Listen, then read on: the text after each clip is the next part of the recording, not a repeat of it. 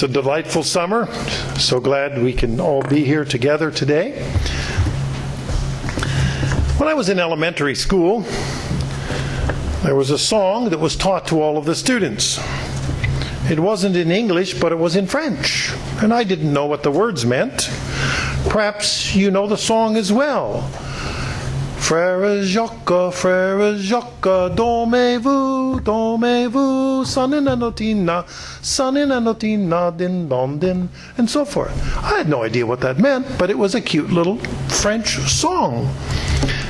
And by the way, that's probably the last time you'll ever hear me sing in front of a microphone. We want special music. And it was years later when somebody sang the same song that says, "Are you sleeping, Brother John?" And I started connecting the dots. That's what Frère Jacques meant. And that little song. Today I want to cover the subject of sleep and how spiritual sleeplessness mirrors physical sleep. And I want us to consider how God provides a way for us to stay awake. And if we doze off, how we can reawaken to the truths of God. First of all, let's take a look at the condition of sleep. The importance of physical sleep is critical to our lives because that's a time when we have a lack of sensory perception. A dictionary definition of sleep is a periodic natural state of unconsciousness. Research shows that 15% of people would classify themselves as morning type or larks. Another 20% would call themselves evening type or owls. The remaining 65% are indifferent or mid-range people. My wife is a lark and I'm an owl. She wakes up happy in the morning and is most productive then, but if she tries to stay up in the evening, it's a challenge for her. I'm actually in between being a lark and an owl, but I tend more towards being an owl. My most productive time of the day is in the afternoon, and that's when I have the most energy and I'm able to focus the most. I inserted this little verse, Proverbs 27:14. If we could turn to Proverbs 27:14. I didn't mark it, but I just wrote it in my notes as I was waiting here, which reminded me of people who like to wake up early in the morning. In Proverbs 27:14, he that blesses his friend with a loud voice rising early in the morning, it shall be counted a curse to him. Oh, can you know that? Some people just don't like to get up, and if somebody's happy as can be, and they're come to them and just blessing them and saying, "Wow, what a great day, how wonderful it is. You know, how exciting and glad to be alive and just partaking of the joy of life," and their friend just rolls over and counts it a curse. It's just terrible agony because they're getting up far too early. Now, I'm not covering this subject just because we had 12 relatives in the house with one bathroom all week and stayed up late and got up early because there were two little kids, aged 3 and 5, in the house. And they always get up early and they go to bed when they're tired. Boom, that's it. And so we live around that schedule. The sleep is a basic human need. According to the National Institute of Health, sleep is a natural part of everybody's life, but many people know very little about how important it is, and some even try to get by with very little sleep. Sleep is something our bodies need to do. It's not an option. Even though the exact reasons for sleep do remain a mystery, we know that during sleep, many of the body's major organ and regulatory systems continue to work actively. Some parts of the brain actually increase their activity dramatically, and the body produces more of certain hormones. Sleep, like diet and exercise, is important for our minds and bodies to function normally. In fact, sleep appears to be required for survival. Rats who are deprived of sleep die within 2 to 3 weeks, a time frame similar to death due to starvation. An internal biological clock regulates the timing for sleep. It programs each person to feel sleepy during the nighttime hours and be active during the daylight hours. Light, then, is the cue that synchronizes the biological clock to the 24-hour cycle of day and night. Now, we can see that at home with our chickens. When it becomes evening, the chickens go up to the roost. It's still daylight, but they can see that the day is passing along, and they get up in the roost, and they're up bright and early in the morning with the sun. They're activated. Now, if we have baby chicks, and we put them in a baby chick enclosure, and we turn a light bulb on or a heating lamp on and keep the light on 24 hours a day, they will eat a lot more because they think it's daytime all the time. And they will grow twice as fast, at least for that short time while they need the warmth. But as soon as they grow out some feathers, we turn the light off and let them go to the daily cycle.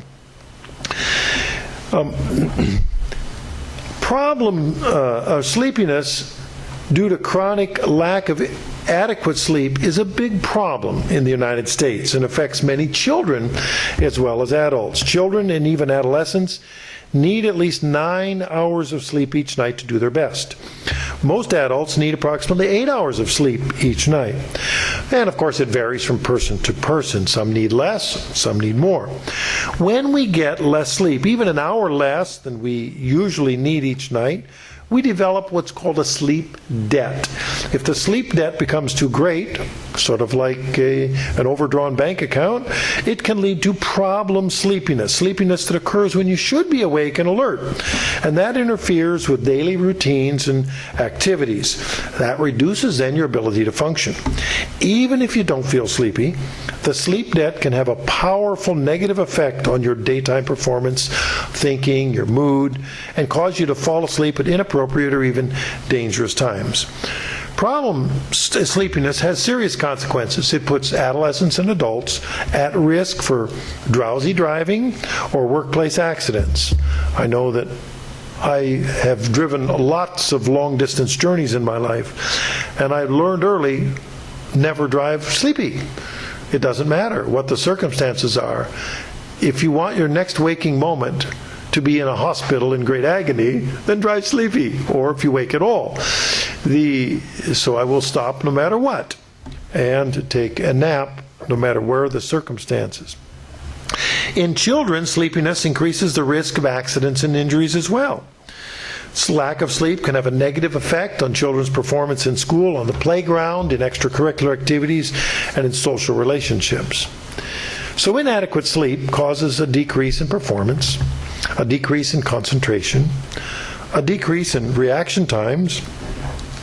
How many times have we heard about an accident because someone fell asleep? Or it causes a decrease in the consolidation of information learning. In other words, you can't connect the dots very easily. If you're tired, if you're playing cards, you miss a lot of things, a lot of details. You just don't have that same, aren't able to connect things as well. And inadequate sleep can cause increases in memory lapses, accidents and injuries, behavior problems, and mood problems. A lack of spiritual rest can cause spiritual sleepiness, a condition of unawares of one's spiritual surroundings. When we go back and we read Genesis 2 and verse 2, and I'm just going to take a quick look at Genesis 2 and verse 2, because this is a mention of the kind of rest that God set as an example. In Genesis 2 in verse 2, "And on the seventh day God ended his work which he had made, and he rested on the seventh day from all his work which he had made." So God set the example for mankind to rest on the seventh day of the week, to become physically and spiritually recharged. Well, getting adequate spiritual rest includes the admonition in Hebrews 10:25 about, and I'm not turning there, but how we're not to forsake ourselves of assembling ourselves together for worship and fellowship, that we might learn more about God's law and encourage each other. When we don't have sufficient spiritual rest, and when we don't have sufficient spiritual food and encouragement, then we're subject to spiritual sleepiness. And just as we learned about the problems associated with physical sleepiness, so all of us could be at risk for spiritual sleepiness. Previously in life, in our spiritual lives, we were all asleep. And at some point, because we're here, we know that we were called out of that sleep. A parent waking up a child uses a combination of senses, such as a sense of touch. I know that my dad told me when he was in the Army that one of the things that the recruits would do to each other was to take a very tired recruit and dip his hand into a pail or bucket of warm water while he was sleeping. And the poor fellow who was the subject of the hoax or of the practical joke had his hand in warm water, and he dreamed of going to the bathroom, and that's what he was doing when he woke up. What a terrible way to wake up. Well, remembering that, I thought I would try that out on some college guys. Actually, they did it in the next room. And it works on college guys too, who are really, really tired. If you put their hand in a bucket of warm water, they wake up feeling absolutely terrible. I rarely use an alarm clock, but upon occasion I use an alarm if I've been up particularly late the night before, or perhaps I have a plane to catch, or an important appointment to remember. And once in a while, I use an alarm clock feature on my cell phone as a reminder of something important that's coming up. I've even used my cell phone alarm to wake me up after a short daytime power nap. But spiritual alarm clocks are also a variety of means to help wake us up spiritually. Just as the light is a cue that synchronizes the body's biological clock to the 24-hour cycle of day and night, so does spiritual light show us the correct way to go.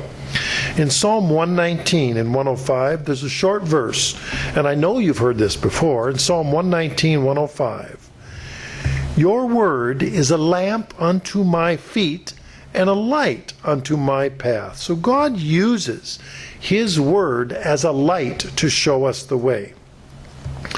In fact, some of the most effective alarm clocks are those that don't make a sound, but they flash a light. And you may have seen or may have used those kinds of alarm clocks. And there's two different kinds. There's one kind where you plug it in, and at the time before you wake up, several minutes, it starts flashing. First it'll flash a small light, and then the light gets more intense and more intense until the time when you should be awake. There's a big flashing light which stimulates through your eyelids, your eyes, to make you wake up. Then there's the kind of alarm clock that just gradually, like the sunrise, gradually lightens up the room and wakens you naturally. I've always threatened to get one of those because I want to wake up feeling natural and refreshed.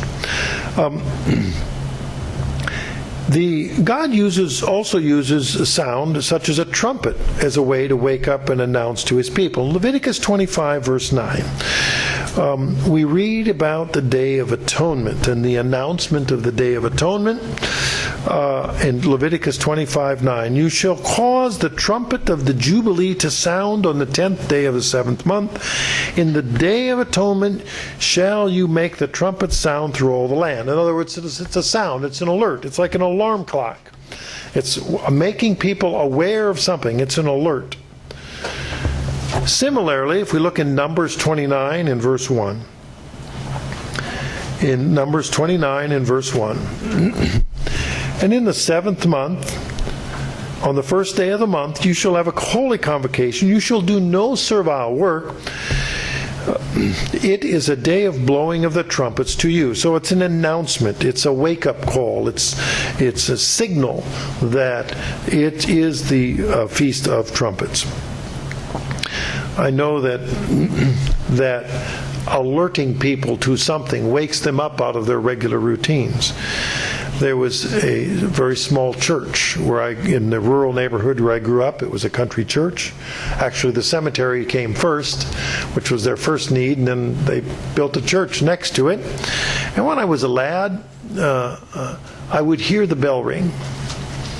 And the church bell would ring, and the number of times it rang indicated the age of the person who had just died. If it was a child, there would only be a few rings. If it was a middle-aged person, you'd have 30 or 40 rings, and an older person. And whenever the bell would ring, everybody would stop and listen and count. Because in pioneer days, that was the means of communicating who it was that had died. And so everybody knew then where to focus, because people lived in communities that were within 3 miles of that spot, and they all knew each other, and they would approximate or know approximately who it was, if not exactly who it was. So there are ways that, and everybody would stop and just wake them up out of their regular routine, and then everything would go into high gear. If the family needed help, there were preparations to be made and so forth. There was another sleep example in the Bible, in Judges. At the time of the judges, and one of the judges was Ehud, in Judges 3, verses 26 and 27. And this was a time when Ehud was delivering the people of Israel, and he had escaped after the delivery. He had carried tribute and had tricked the king of Moab and had escaped, and he came back and announced that the king of Moab was dead. So verse 27, when it came to pass he was come, he blew a trumpet in the mountain of Ephraim, and the children of Israel went down with him from the mountain, he before them. And he made the announcement with the trumpet. He made everyone alert. Just like that same, a bell ringing from the church, it was alerting everybody from their normal way of life, what was going on. They were now alerted. Something was different now. It woke them up from the regular routine. God's alarm clock is a sure thing. In 1 Corinthians 14:8, for if the trumpet give an uncertain sound, who shall prepare himself to the battle? In other words, there is a time when the alarm clock will go off. And that trumpet people won't wonder, is that the real thing or not? Was that just me hearing something? Was that just a kind of an extra loud click on the alarm clock? Or was it the real thing? For if the trumpet give an uncertain sound, who shall prepare himself to battle? So God's alarm clock is sure. It's going to be a sure trumpet to call us and wake us out of our slumber or our daily routines. Now, when we're called out of our sleep, who are we called out of our sleep by? Of course, with children, if they're sleeping, the parents will wake them up in order to go to school, and you probably have heard about the mother who said, Johnny, it's time to get up and get ready for school, and he just groaned and rolled over. And a few minutes later, Johnny, come on, it's time to get up. It's time to go to school. And Johnny just groaned and rolled over. And the mother was finally insistent. You absolutely must get up now in order to make it to school. And the son says, do I have to? And the mother says, yes, you are the principal. So there are times when, of course, parents, which is a parental responsibility, to wake their children, to get them up for the day's activity, because children don't have the maturity to do that. Well, God calls whom he will, and God sets our spiritual alarm clock. In John 6:44, no man can come to me except the Father which has sent me draw him, and I will raise him up on that last day. So God is going to set the alarm clock. He is going to call whom he will. He will select us. He will awaken the people that he will from their spiritual slumber. In John 6:65, and he said, therefore I said unto you that no man can come to me except it were given him of my Father. So that reinforced it in the same chapter that the Apostle John was reinforcing that God will do the calling. He operates the alarm clock. He will trigger that. He will trigger our calling in each of us. There was someone else who was called back in 1 Samuel in chapter 3. We're going to go through this example for a few minutes. In 1 Samuel 3, starting in verse 1.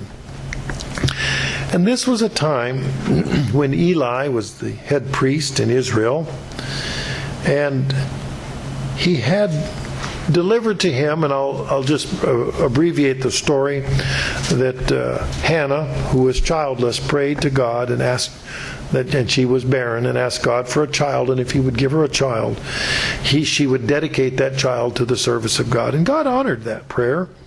And young Samuel was born, and when he was several years old, I think it was 7 years old, he was given to the priest Eli at the temple to learn the temple service. So as a child, he went to live with Eli the priest. In 1 Samuel 3 and verse 1, and the child Samuel ministered unto the Eternal before Eli. And the word of the Eternal was precious in those days. There was no open vision. And it came to pass at that time, when Eli was laid down in his place, and his eyes began to wax dim, that he could not see. And ere the lamp of God went out in the temple of the Eternal, where the ark of God was, and Samuel was laid down to sleep. So it was nighttime. Verse 4, that the Eternal called Samuel, and he answered, Here I am. And he ran to Eli and said, Here I am, for you called me. And he said, I didn't call you, lie down again. And he went and lay down. Verse 6, and the Eternal called yet again Samuel, and Samuel arose and went to Eli and said, Here I am, for you did call me. And he, meaning Eli, answered, I called you not, my son, lie down again. Now, that must be irritating. Here's an old man who can't see very well, and he's caring for a boy who's about 7, full of energy, who comes bounding in, wakes him up and says, You called me? And old Eli says, No, go back to bed. Go back to sleep. Verse 7, Now Samuel did not yet know the Eternal, neither was the word of the Eternal yet revealed to him. So he wasn't aware of this. Samuel wasn't aware or alert as to who it was that was calling him. In verse 8, and the Eternal called Samuel again the third time, and he arose and went to Eli and said, Here I am, for you did call me.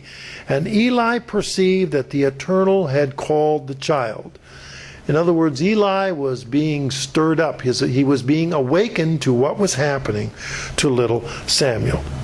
Verse 9, Therefore Eli said to Samuel, Go lie down, and it shall be, if he calls you, you shall say, Speak, Lord, for your servant hears. So Samuel went and lied down in his place.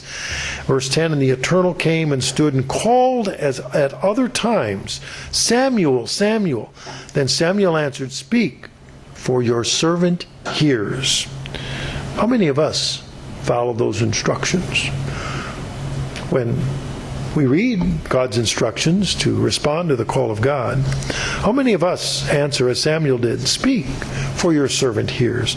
Moving on to verse 11, And the Eternal said to Samuel, Behold, I will do a thing in Israel at which both the ears of everyone that hears it shall tingle. In that day I will perform against Eli all the things which I have spoken concerning his house, and when I begin I will also make an end. So in other words, things were starting to happen then, and at a young age, Samuel was called to be a prophet of God, and then was trained up, and God trained him in the house of Eli, and replaced Eli's house with the prophet Samuel. Alarm clocks are preset by God.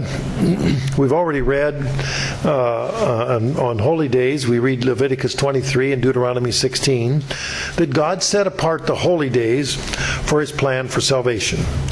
And he set in motion the weekly and the annual holy days as a reminder of the plan of salvation of mankind and the growth of God's spiritual family. God is in charge of the timing of the universe, and those that have studied creation and know the path that the sun takes and its position in the Milky Way and the position of the Milky Way in the universe.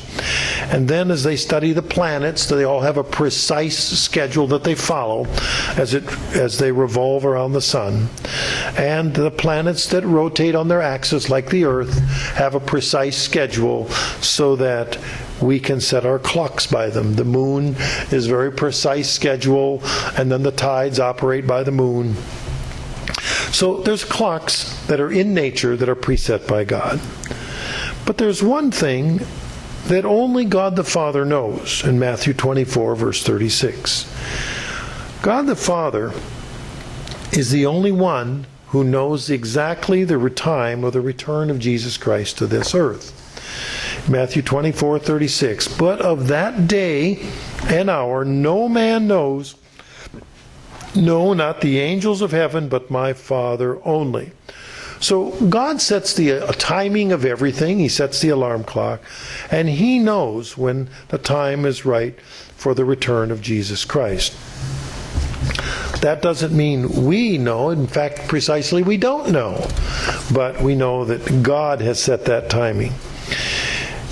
Now, there are, of course, our job is to be awake and alert, to be sober and to be watchful. And if we don't, there are consequences for not being awake. Now, there are physical consequences if you don't wake up when you're supposed to. When I was raised in the house that my father was born in, and his father before him was born in that house, and it's a frame house that was on the prairie, and it was a 2-story house. The stove was an oil stove, or rather first it was a wood and a coal stove, which was in the main part of the house, and there was a grate in the ceiling. And the heat from the downstairs would rise through the grate in the ceiling to heat the bedroom right above the main room in the house.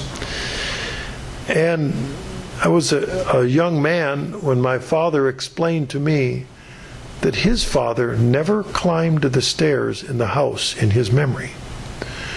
To wake them up, he didn't have to. He took the wood stove or the coal poker and he put it up in the grate and he would rattle it. Clang-a-lang, clang, clang.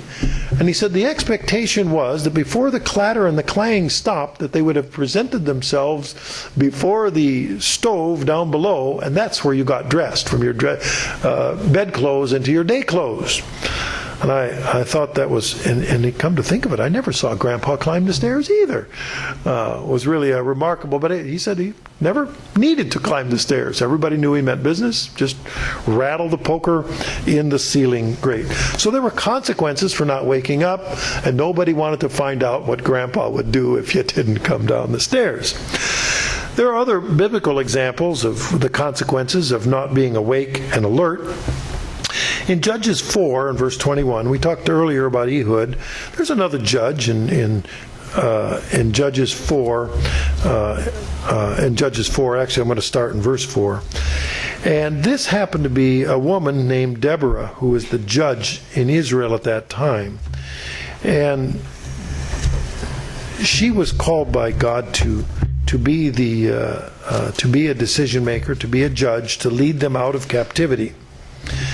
And so they were fighting at that time a King Jabin, who was a head of the head of the Canaanite people. In Judges 4 and verse 4, it was Deborah, a prophetess, the wife of Lapidoth, and she judged Israel at that time. So she was a judge. Now let's skip over to verse 15. And in verse 15, now, and the Lord, meaning the Eternal, discomfited Sisera. Now Sisera and all of his chariots. Now Sisera happened to be the captain of the army of the Canaanites under King Jabin. And Sisera, in other words, it wasn't going well. God was on the side of Israel. So, and the Eternal discomfited Sisera and all his chariots and all his host, and with the edge of the sword before Barak, so that Sisera lighted down off his chariot and fled away on foot. But Barak pursued after the chariots and after the host, and unto Harosheth of the Gentiles, and all the host of Sisera fell upon the edge of the sword, and there was not a man left. In other words, the enemy army was being destroyed, but Sisera, their captain, had run away. And we read on, and Sisera fled away on his feet to the tent of Jael, the wife of Heber the Kenite, for there was peace between Jabin, the king of Hazor, and the house of Heber the Kenite. So Sisera thought he had it safe. And he was fled. He was the only one left. They had tried to destroy Israel, and it didn't work. And their own army was destroyed. And scooting down to verse 21, in fact, let's just read on in verse 19. And Jael went to meet Sisera and said to him, "Turn in, my lord, turn into me, fear not." And when he had turned into her into the tent, she covered him with a mantle. He had been running. He was tired. He was escaping, or so he thought. And he said, "Give me, I pray, a little water to drink, for I'm thirsty." And she opened a bottle of milk and gave him to drink and covered him. Now, what does milk contain? But, of course, the amino acid tryptophan, which helps people who are tired already to go to sleep. And again, he said to her, "Stand in the door of the tent, and it shall be when any man comes, inquire of them and say, 'Is there any man here?' You shall say, 'No.'"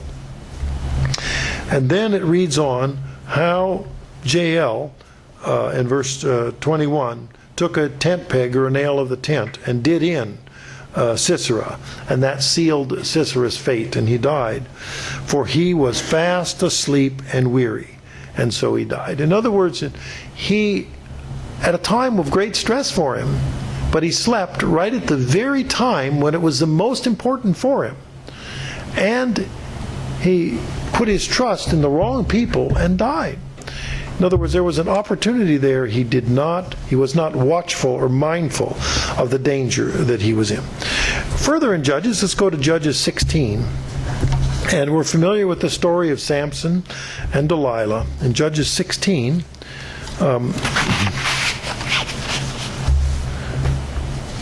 and Delilah repeatedly tried to trick Samson as to how that she could find out the secret of his power, his strength. In Judges 16 and verse 14, and she, meaning Delilah, he, of course, he said, "If you braid my hair, if you do this, if you do that, all of these things, then that'll take my strength away." And she was trying all of these things. And then after each time when she did that, and this is one example in Judges 16:14, then she would do whatever it is he said would render him helpless. And then she would say, "The Philistines be upon you, Samson." And in verse 14, then he wakened out of his sleep and went away with the pin of the beam and the web. In other words, he broke them open. He went away. It meant nothing to him. It was not, he was confined. Verse 19, and she made him sleep upon her knees, and she called for a man and caused him to shave off the locks of his head, and she began to afflict him, and his strength went from him. In other words, she kept trying it and got him to go asleep yet one more time, and then shaved off his hair and realized, and of course his power left him, because he did not hold true to to God's expectation of him. So we read in verse 20, "Samson, the Philistines be upon you," and he woke out of his sleep. For Judges 16:20, he thought to himself, "I will go out as the other times as before and shake myself." And he did not know that the Eternal was departed from him. He thought, "Oh, it's just like the other times. I'll just break loose." But he fell asleep and didn't pay attention. Then there was the occasion in 1 Samuel 26, in verses 7. In 1 Samuel 26. And this was a time when David was fleeing. The future King David was fleeing from King Saul, and King Saul was searching after David to do him in. And in 1 Samuel 26. And David saw where they were camping. And so David crept up to a sleeping Saul, and we read about this in 1 Samuel 26:7. And David and Abishai came to the people by night, and behold, Saul lay sleeping within the trench. In other words, they had built some defensive fortification, and his spear stuck in the ground at his bolster next to his side. But Abner and the people lay around about him. In other words, his army was close by. They were all sleeping. And verse 12, David took the spear and the cruse of water from Saul's bolster, in other words, around his waistband, and they got away, and no man saw it, knew it, nor wakened, for they were all asleep. because a deep sleep from the eternal has fallen upon them. In other words, sleep in this case was detrimental, was actually helpful for David, and as a symbol for Saul, to realize that God was with David. But Saul had a hard time understanding that. Spiritual poverty is likened to sleepiness. In Proverbs 6, in verse 1, there's several verses. My son, if you be a surety for a friend, if you have stricken your hand with a stranger, you are snared with the words of your mouth. If you are taken with the words of your mouth. Do this now, my son, deliver yourself when you come to the hand of your friend. Go humble yourself and make sure of your friend. Do not give sleep to your eyes, nor slumber to your eyelids. Deliver yourself as a deer from the hand of the hunter, and as a bird from the hand of the fowler. Now, in other words, if you are going to be surety, which means put up collateral for somebody, they want to borrow money or something. It's interesting, the statistics show that 70% of the people that borrow money or have somebody co-sign, the co-signer has to pay off. And this is really speaking to that issue, that don't be asleep about this. Be aware of it. Be well aware of what you're getting into here. So don't give sleep to your eyes or slumber to your eyelids means both physically and rhetorically. Go to the ant, verse 6, go to the ant, you sluggard, and consider her ways and be wise, having no guide or overseer, provides her meat in the summer and gathers her food in the harvest. How long will you sleep, O sluggard? When will you arise out of your sleep? Yet a little sleep, a little slumber, a little folding of the hands to sleep. So shall your poverty come as one that travels, and your want, or poverty, as an armed man. In other words, it'll just keep coming, and that's just not just physical poverty, but we're looking at spiritual poverty. If it's neglected, little by little, pretty soon you will wonder where you were at. Proverbs is full of these tidbits of wisdom. In Proverbs 10:5, he that gathers in the summer is a wise son, but he that sleeps in harvest is a son that causes shame. Right now, we're at a time of spiritual harvest. I didn't put in my notes, but the fields are white with harvest, Christ said. There are many people out there that are desperately crying for the knowledge of God. They may not even realize what, but they are anyway. And so it's not time for us to sleep during that harvest. This is the end time. Proverbs 19:15. Slothfulness casts you into a deep sleep, and an idle soul shall suffer hunger. In other words, if you don't pursue the knowledge of God, you will hunger for it, and you may not even realize why. You're just going to have that spiritual hunger. Proverbs 20, verse 13. Love not sleep, lest you come to poverty. Open your eyes and be satisfied with bread. In other words, let's take advantage of what we have available now. We've got a wonderful church website. We've got printed Bibles that much of mankind has not had throughout history.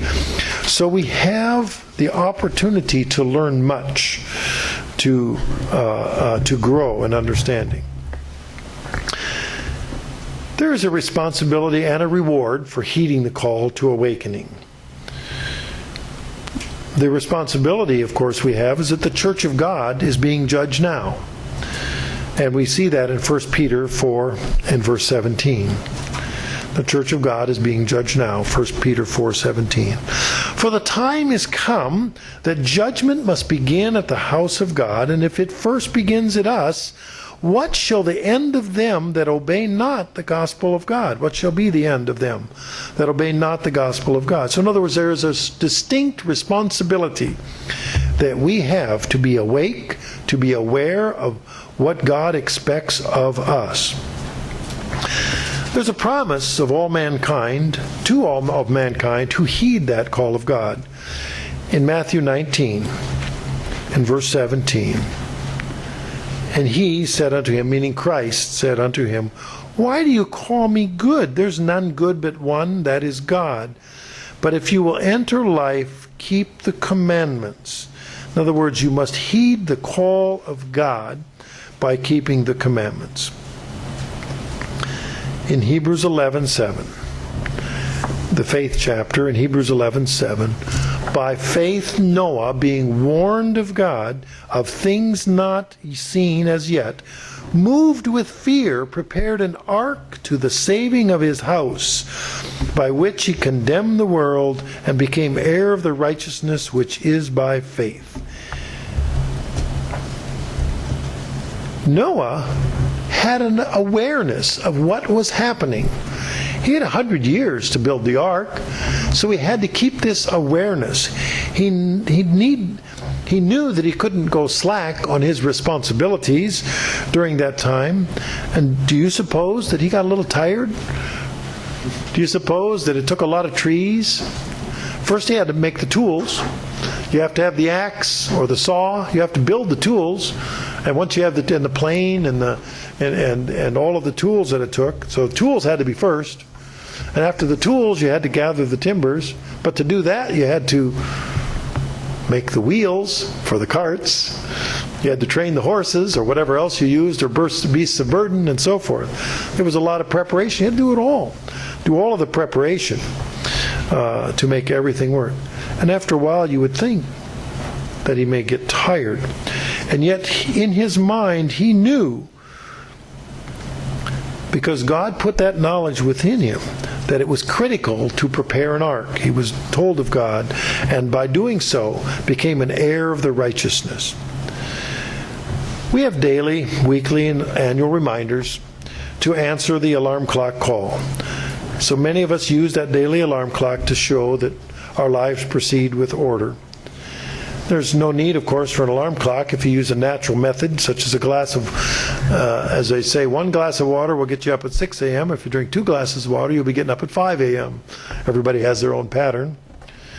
I know that that's what, historically, according to the history writers, that's what the Indians used, was in order to wake up in the wee hours of the morning, was the quantity of water that they drank, which would allow them to wake up, because they didn't have a wristwatch or an alarm clock or a grandfather clock on the wall.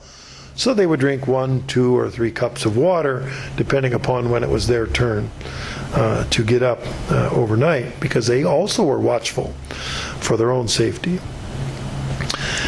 After using an alarm clock for a while, we can often train ourselves to get up without the use of that alarm clock, but we still set an alarm clock just in case certain stresses in life overwhelm our biorhythms. And we don't want to miss our airplane schedule. We don't want to be late to work. We don't want to miss an important appointment. And of course, along with a morning alarm clock, we set a bedtime. We usually establish some kind of bedtime so that we can get the next day to go well. My wife tells her parents set a bedtime for all the children of 7:30 p.m., which is their expectation that all of the children would be in bed. And even as an adult, when visiting her parents, it was time to go to bed at 7:30. Well, why are you still up? I didn't have that early of a bedtime, but I do remember that I have one daughter who's a lark, and the others are owls. And the lark daughter, I remember when it got to be 9 o'clock, she was very concerned if she wasn't already in bed and asleep. And I remember the first time I heard this, she was 8 or 9 years old. And she looked at the clock and said, I looked and it was 9 o'clock. Oh no, I must be getting my sleep. I have to get up in the morning. And she was always up by 6. But she was aghast that it was 9 p.m. and she wasn't in bed sleeping yet. Only one of my children did that. The spiritual rest doesn't mean spiritual sleep or spiritual death. Spiritually, we have the Sabbath rest to prepare us for the coming week. In this sense, the Sabbath rest is not compared to sleep, but a time of refreshing. We can refer then back, as we did, to Genesis 2, when our God ordained the Sabbath as a rest, not as a spiritual sleep. But we should use a spiritual alarm clock each day to make sure that our spiritual lives proceed orderly each day. In summer camp, for example, they use a daily compass check. At the home office, they may use a daily compass check. In our own morning prayers, we should seek God's direction for our destiny for that day. If we take a look at the model prayer given by Jesus Christ in Matthew 6, it's in Matthew 6 and verse 9. The model prayer in Matthew 6 and verse 9. After this manner, therefore, pray you, Our Father which art in heaven, hallowed be your name. Your kingdom come, your will be done on earth, and as it is in heaven. In other words, that's a daily prayer. It's a regular thing. It says, after this manner in which you pray. So we're asking that God look to our well-being. And then God instructs us just a few verses down, as we've referred to already in Matthew 6:33. But first seek the kingdom of God and His righteousness, and all these things, meaning the essentials of life, shall be added to you. The weekly spiritual alarm clock alerts us to the weekly Sabbath. In Hebrews 10 and verse 24, we are given this reminder.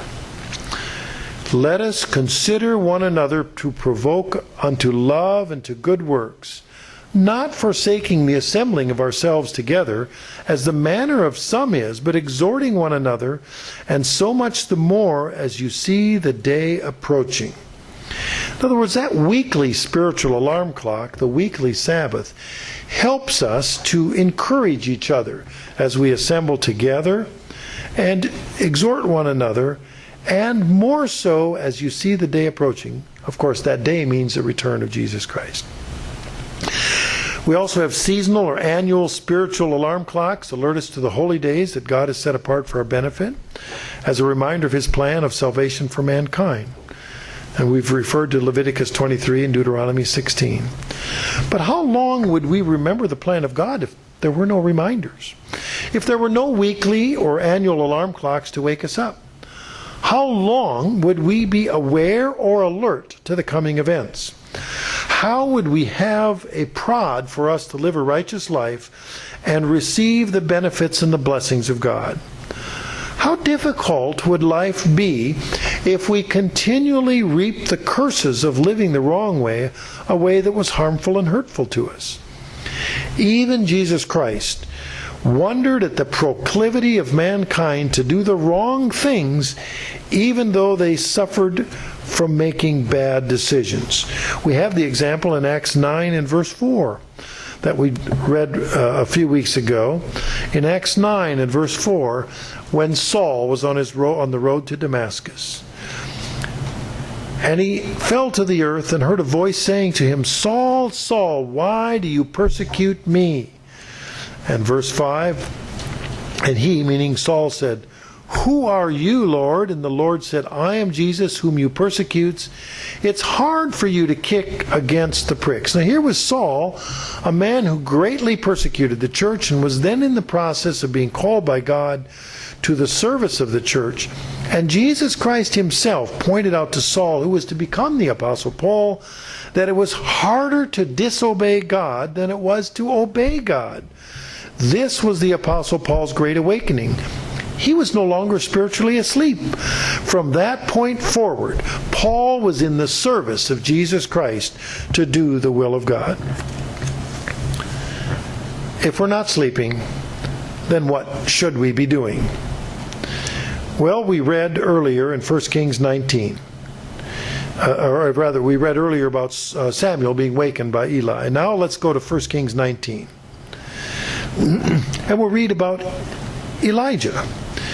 And I'm going to paraphrase some of this.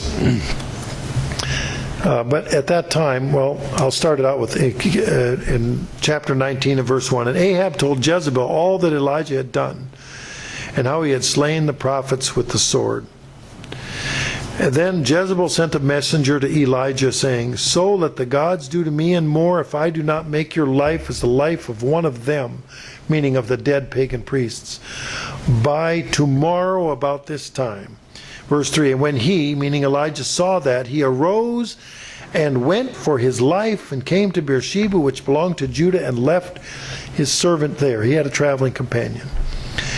But he himself went a day's journey into the wilderness, and came and sat under a juniper tree, and requested for himself that he might die, and said, It is enough, O Lord, take away my life, for I'm not better than my fathers. And as he lay, he slept under a juniper tree, and behold, an angel touched him and said, Arise and eat. And he looked, and behold, there was a cake baked on the coals, and a cruse of water at his head. And he did eat and drink, and he laid him down again. And the angel of the Lord came again the second time, and touched him, and said, Arise and eat, because the journey is too great for you.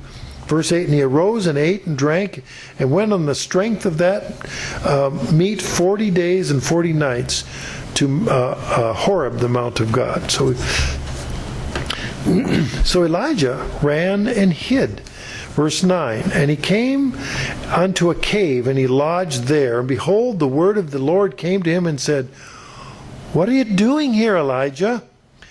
And Elijah said, I have been very jealous for the Lord God of hosts, for the children of Israel have forsaken your covenant, thrown down your altars, slain your prophets with the sword, and even I am the only one left, and they seek my life to take it away.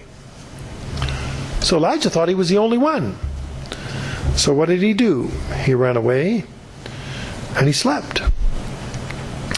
And verse 11, and he said, Go forth and stand in the mount before the Lord. And behold, the Lord passed by, and a great strong wind rent the mountains and broke in pieces the rocks before the Lord. That had to be pretty powerful. And the Lord was not in the wind, and after the wind was an earthquake, but the Lord was not in the earthquake, and after the earthquake a fire. The Lord was not in the fire, and after the fire a still small voice. And so it was, when Elijah heard it, that he wrapped his face in his mantle and went out, and stood in the entering of the cave. And behold, there came a voice to him and said, What are you doing here, Elijah? Now, look at all that Elijah's just gone through. He's just been threatened of his life, and said Jezebel's going to kill him within 24 hours. He made a very long distance travel, left his servant behind so that they couldn't tell exactly if there weren't two people traveling. They couldn't point him out. There was a wind so strong that it caused rocks to blow over. There was an earthquake. There was a fire. And then this small voice comes out. Do you think Elijah was softened up by this time? And verse 14, and he said, I have been very jealous for the Lord God of hosts, because the children of Israel have forsaken the covenant, thrown down your altars, slain your prophets with the sword, and even I am only left, and they seek my life to take it away. Well, you read on verse 14, or verse 15, what God's instructions were to Elijah. But until that time, Elijah ran and hid. He went to a cave and went to sleep. He was afraid. But God instructs us, as he did Elijah, what to do, and specifically point by point from that point forward. So we should also look for God's instructions. Well, what are God's instructions for us? Matthew 24 and verse 29. We'll read what God's instructions are for us. And we can read what is the Great Commission. In Matthew 24, starting in verse 29, immediately after the tribulation of those days shall the sun be darkened. We're talking about the return of Jesus Christ and the tribulation immediately preceding that. And the sun shall be darkened, and the moon shall not give her light, and the stars shall fall from heaven, and the powers of the heavens shall be shaken. And then shall appear the sign of the Son of Man in heaven. And then shall all of the tribes of the earth mourn, and they shall see the Son of Man coming in the clouds of heaven with power and glory. And he shall send his angels with a great sound of a trumpet, and they shall gather together his elect from the four winds, from one end of heaven to the other. That's a great awakening right there. If you didn't know it before, you're going to know it then, is what God is saying here. That everyone is going to see the Son of Man coming in the clouds with power and great glory. Verse 32, now learn a parable of the fig tree. When his branch is yet tender and puts forth leaves, you know the summer is nigh. So likewise You, when you see these things, know it's near, even at the door. Verily I say to you, this generation shall not pass till all these things be fulfilled. Heaven and earth shall pass away, but my words shall not pass away. But of that day and hour no man knows, nor not the angels of heaven, but my Father only. But as the days of Noah were, so shall the coming of the Son of Man be. For as in the days that were before the flood, they were eating and drinking, marrying and giving in marriage, until the day that Noah entered the ark. Verse 39, and knew not until the flood came, and took them all away. So shall also the Son of Man be. Then shall two be in the field, one shall be taken, and the other left. Two women shall be grinding at the mill, one shall be taken, and the other left. Watch therefore, you know not what hour your Lord does come. But know this, if the good man of the house had known in what watch the thief would come, he would have watched, and would not have suffered his house to be broken up. Therefore, be you also ready, for in such an hour as you think not, the Son of Man comes. In other words, we are to be prepared. Should we be sleeping? We should be awake and sober and prepared, spiritually awake. Matthew 28, verse 18. An additional part of our Great Commission. Matthew 28, verse 18. And when Jesus came and spoke to them, saying, all power is given to me in heaven and earth. Go you therefore and teach all nations, baptizing them in the name of the Father and of the Son and the Holy Spirit, teaching them to observe all things whatsoever I have commanded you, and lo, I am with you always, even to the end of the world. We are to watch when these things may be so that we can be prepared. Because if we're preparing and preaching, then we certainly aren't sleeping. We're doing what God expects us to do. Jesus Christ had much to say about spiritual sleepiness.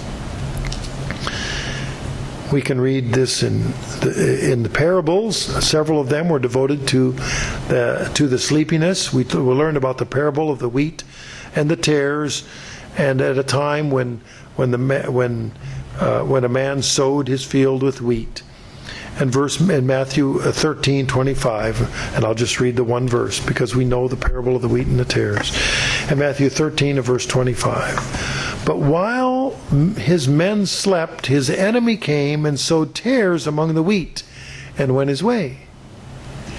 So it was while they were sleeping. They weren't watchful. They weren't paying attention. And the enemy came and sowed tares. Did they find out right away? No. No, it took time for those weeds, those tares, to grow up. But the seeds were sown early when they were sleeping.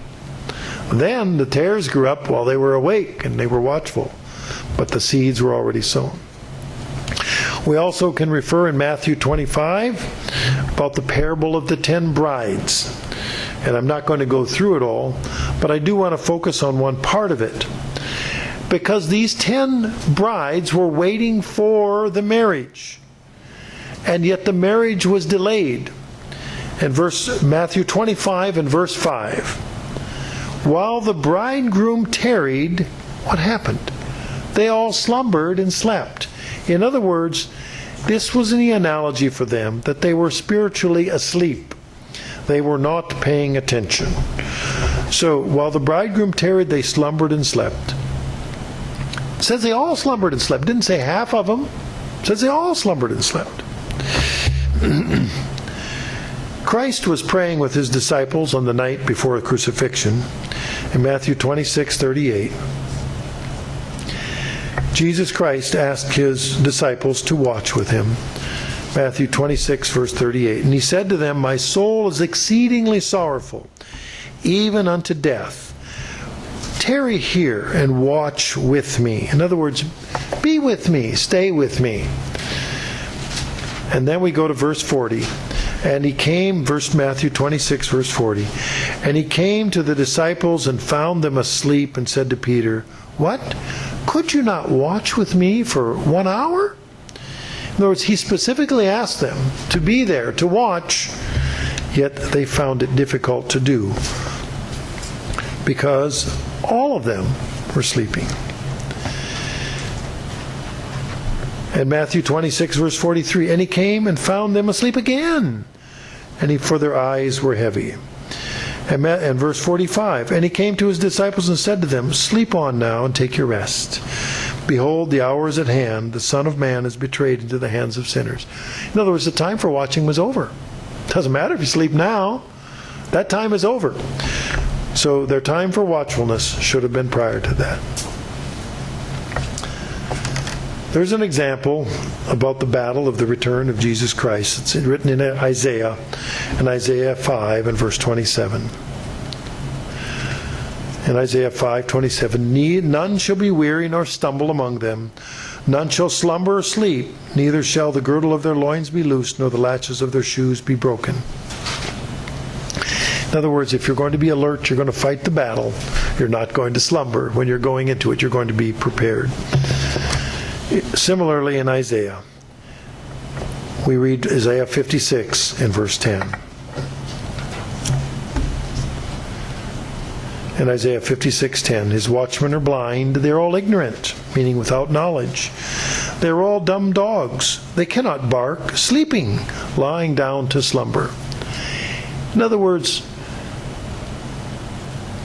a watchdog that's sleeping cannot alert someone as to the danger that's coming. We visited the Thorn Crown Chapel in Branson a couple of days ago to show the family what the fancy chapel looked like, full of beams and glass. And we got there a few minutes after 5. And the gate was closed.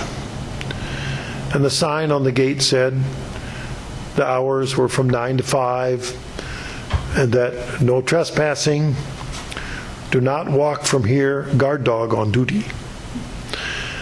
There were 3 cars of us, full of family, to go look at the Thorn Crown Chapel, and we all agreed that we couldn't take a chance that the guard dog was sleeping and just go up and sneak and take a look at this special place. Anyway, we decided to heed the sign and move on and perhaps come another day. But here, the dogs were sleeping. In other words, the watchmen were sleeping. Are we going to be a sleeping watchman? Or are we going to be prepared for the coming of Jesus Christ? The Apostle Paul was concerned for the spiritual attitude of the Church of God in Romans 13. He wrote in Romans 13, and that knowing the time, now is high time to awake out of sleep, for now is our salvation nearer than when we believed. He was trying to stir them up, to say, you must be aware, waken from your spiritual sleep, because the time of Jesus Christ's return is closer. In 1 Thessalonians 5, he also wrote, following the same theme. In fact, I'm going to read 1 Thessalonians 5 in verses 1 through 7.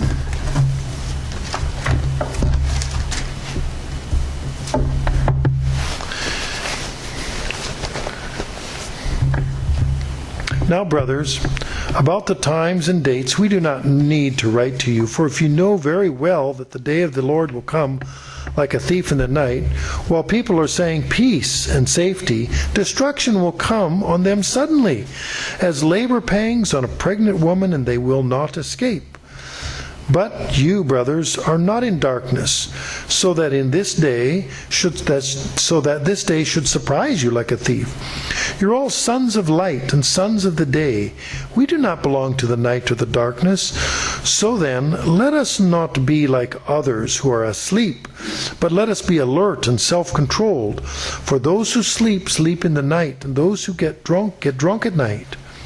But since we belong to the day, let us be self-controlled, putting on faith and love as a breastplate, and the hope of salvation as a helmet. In other words, we are to be aware, to be alert, to be prepared for the coming of Jesus Christ. Even the elect, however, may be deceived. We read that in Matthew 24. So if we're watching, and we're awake, and we're not sleeping, in Matthew 24, verse 22, and except those days should be shortened, there should be no flesh be saved, but for the elect's sake, those days should be shortened. Verse 24, for there shall arise false Christs and false prophets, and shall show great signs and wonders, insomuch if it were possible they should deceive the very elect. So it's possible that the elect could be deceived, or it wouldn't have been written if it be possible. So should we ask ourselves, is it possible with us? Are we awake and are we alert? Spiritually awake and spiritually alert. Matthew 24, going on to verse 31. And he shall send his angels with a sound, great sound of a trumpet, and shall gather together his elect from the four winds, from one end of heaven to the other. That final alarm clock, the sound of that trumpet. Of course, the solution is found in Matthew 6:33. In Matthew 6:33, to spiritual sleepiness. But seek first the kingdom of God and his righteousness, and all these things will be added to you. Just as God has called us out of our spiritual sleep, we're to heed his call to seek first the kingdom of God and his righteousness, and in so doing we're to love God and keep his commandments. He's provided an alarm clock for us, that we would not sleep through this critical time, and that we would be prepared and watchful, that we would join in the marriage of the Lamb, that we would become the children of God and inherit the promises of Abraham, that we would become priests and kings in the kingdom of God, that we would be granted the gift of eternal life in the family of God. I'd like to close with Psalm 121. In Psalm 121, starting in verse 1. I will lift mine eyes unto the hills, from whence comes my help. My help comes from the Lord, which has made heaven and earth. He will not suffer your foot to be moved. He that keeps you will not slumber. Behold, he that keeps Israel shall neither sleep nor slumber. The Lord is your keeper. The Lord is a shade upon your right hand. The sun shall not smite you by day, nor the moon by night. The Lord shall preserve you from all evil. He shall preserve your soul. The Lord shall preserve you from your going out and your coming in from this time forth, even forevermore. Our Father, our great God, is not sleeping. He's watching over us. And it's our time to be watchful, to be mindful, and to be prepared for the return of Jesus Christ.